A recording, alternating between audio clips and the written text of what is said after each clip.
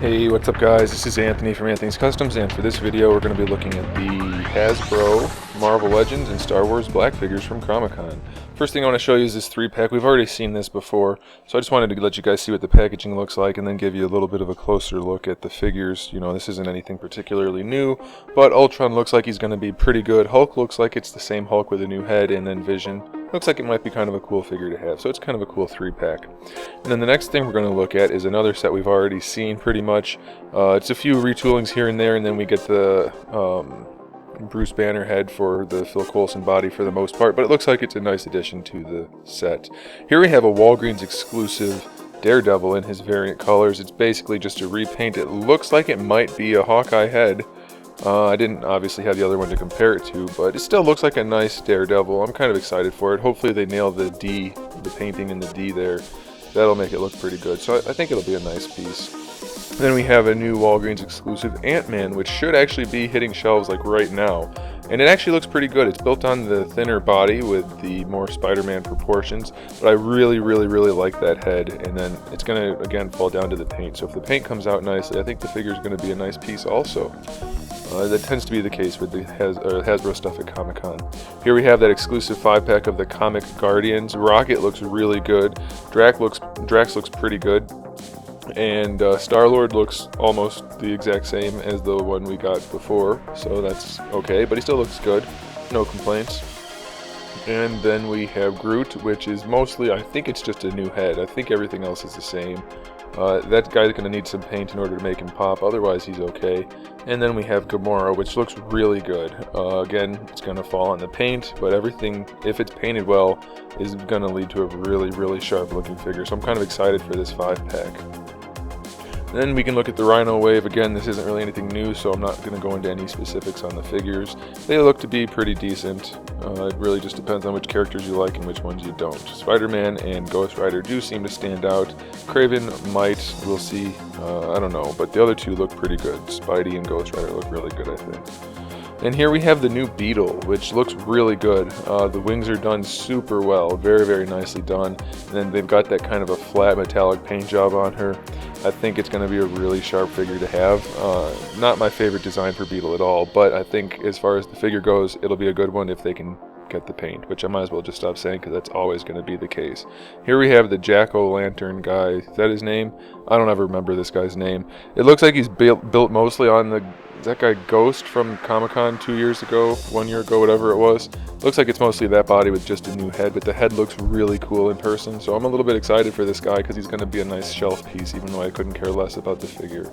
And here we have Mockingbird. I always forget some of these characters' names. I don't know why, but either way, this one looks good. She's got some new sculpt. If the paint is good on her, then she's going to be a really good one because new sculpt and good paint, can't really ask for more.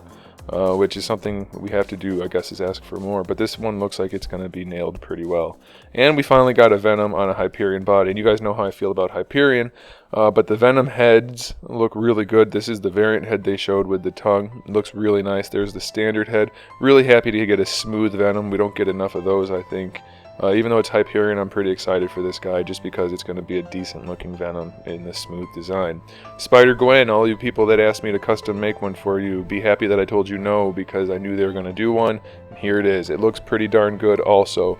And this one is really going to be reliant on the paint since it's a more intricate paint job, but it's a really sharp looking figure. I love the character design, so that's cool.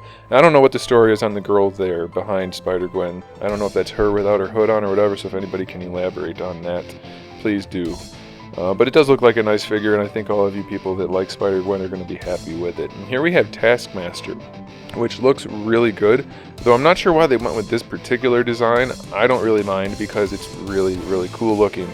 I do prefer the Udon look, but this one is also very cool with all the extra armor and then the beam saber. Just a really sharp figure, and I think a lot of people are going to like that one also. Here we have the Ben Reilly Spider-Man, which looks pretty good. I think he's going to be a nice piece.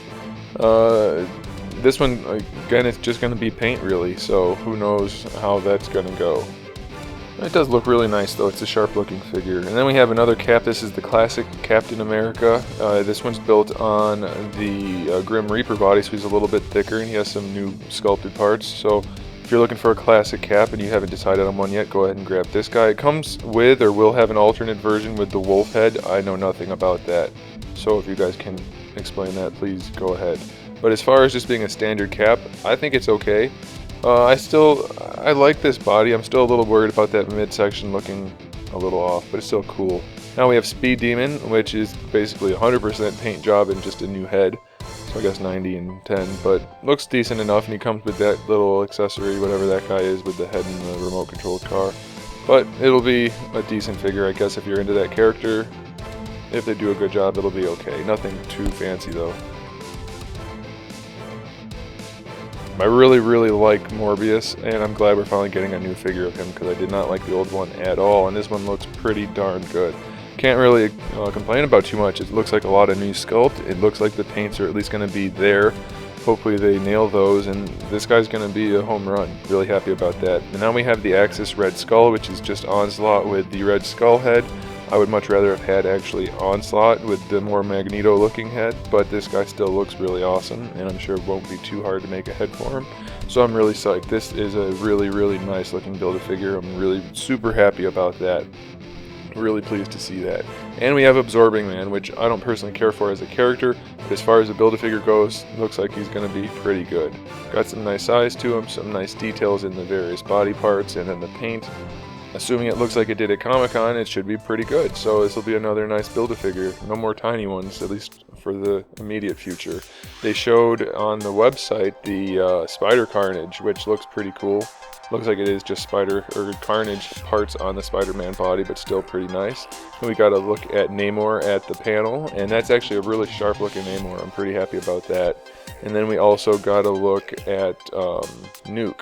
Is that his name? I think it's Nuke, which I don't care for the character at all, but it looks like a really solid figure. So that's another good one. So they had a pretty good showing. You know, they always do have good showings. It just depends on how they turn out. And then for the Star Wars Black, we have the TIE Fighters and TIE Pilots and a couple other new guys, which we'll get to in a second. But the TIE Fighter will actually fit the figure inside the cockpit. It's full scale for the figure, no problem at all. Looks really awesome, takes up a huge amount of space, but is a really nice piece for the Star Wars fans out there. This is the new clone or Stormtrooper, not really a clone anymore, I guess. I love the new design personally. I wasn't able to get one at Comic-Con, but you guys will all be able to see them soon enough. And then they have Jango Fett, which is a really nice looking piece. They did a really good job with the head sculpt, and then just the rest of the body looks really good, and especially in this promo image from their press site, it looks really good. So I'm psyched that they're making Jango. Be happy to pick that one up. And this lady, Asuka, I don't know her name exactly because I never watched the show, but it looks like a really good figure. It looks like she's supposed to look from what I remember. I've seen her character around, and it's just, they did a good job. They tend to do a really good job on the Star Wars Black figure, so it's not really surprising. And then the next guy they have is Kanan or Kanan, something like that. Again, I don't know the characters, but it looks fairly accurate, and it looks like they put a decent amount of work into it. So again, not really surprising for the Star Wars Black line. Looks like all of you Star Wars guys will be just happy as can be about these figures, I can imagine. They look pretty good to me, and I'm not even into the Star Wars stuff. And then lastly, we have the new Luke in like the classic white robe, which I personally, the robe looks really cheap, so hopefully they do something about that. It looks really off, but I'm definitely going to be grabbing this Luke because this is the one I've been waiting for, so hopefully they fix that. And otherwise, I think it looks really good. It's just that robe looks pretty off. So there it is, guys. Thanks for watching. I hope you enjoyed looking at all these new upcoming figures. Make sure you subscribe to the channel for upcoming figure reviews, custom figures, and other good stuff. And in the meantime, keep collecting.